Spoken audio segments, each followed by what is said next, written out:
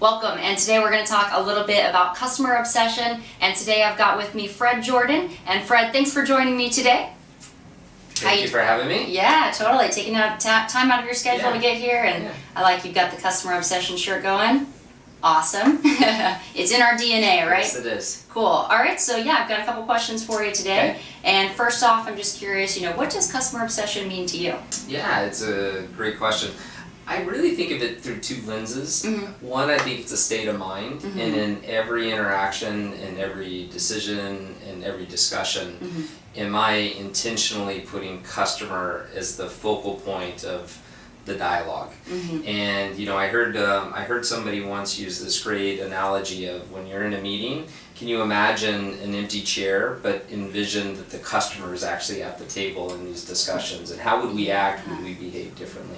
So I think it first and foremost is a state of mind. Mm-hmm. Secondly, I see it as a muscle.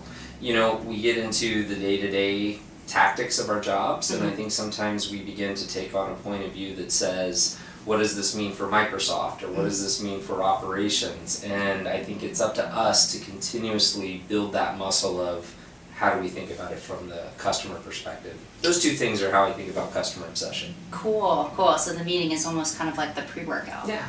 Working out the muscles. Exactly. All right, and then how do you end up making customer obsession a big deal for you? And then for people who aren't directly involved with customers or partners, how does that look like for you on a day-to-day? Yeah, it's a great question. One of the things that I think we as an organization sometimes struggle with is, do we have the tools and capabilities to be customer obsessed? Mm-hmm. And I'd say for that, the reality is we can be customer obsessed regardless of the role we play within the organization. Mm-hmm. If you think about what you do each and every day, whether it's a process, whether it's internally focused and supporting an internal process, whether it's actually making decisions that will impact the end customer, do we understand the bigger picture of everything we're doing is about enabling our customers to achieve more. So I think in every interaction you have to look for the thread of what does it mean to a customer. Yeah. And keeping that front and center. I think that's really important for all of us. Yeah. Have you ever had a situation where maybe customer obsession was not top of mind, and what was the impact of that, and what were the lessons learned? Yes, so back to my idea that customer obsession is both state of mind as well as a muscle that you have to build. It's easy to be lazy. Yeah. It is very easy to be lazy and think about what does this mean to operations and our processes, and you can get so focused on, is it going to drive touch, is it going to automate things, is it going to be a hard process, that you don't always step back and think about the customer impact of whatever that process or that experience that you're going to deliver is. Yeah. So each and every day I try to stop myself in a moment and say, are you thinking about the customer? That requires discipline. Yeah. It requires having that muscle memory to put customer in the center, and it also is a reminder to me, you gotta work that muscle. Yeah. Because thinking about customer, obsessing about customer shouldn't be hard. It should just be a part of what we do. Yeah, and kind of like if you don't use it, you lose it. That's right. Kind of thing. That's right. That's cool. Right. I like that.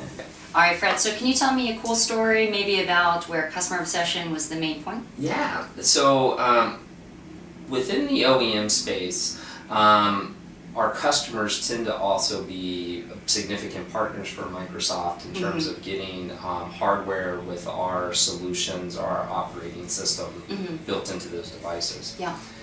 And if we get that wrong, it impacts very, very big customers if you think of the OEMs as the customer.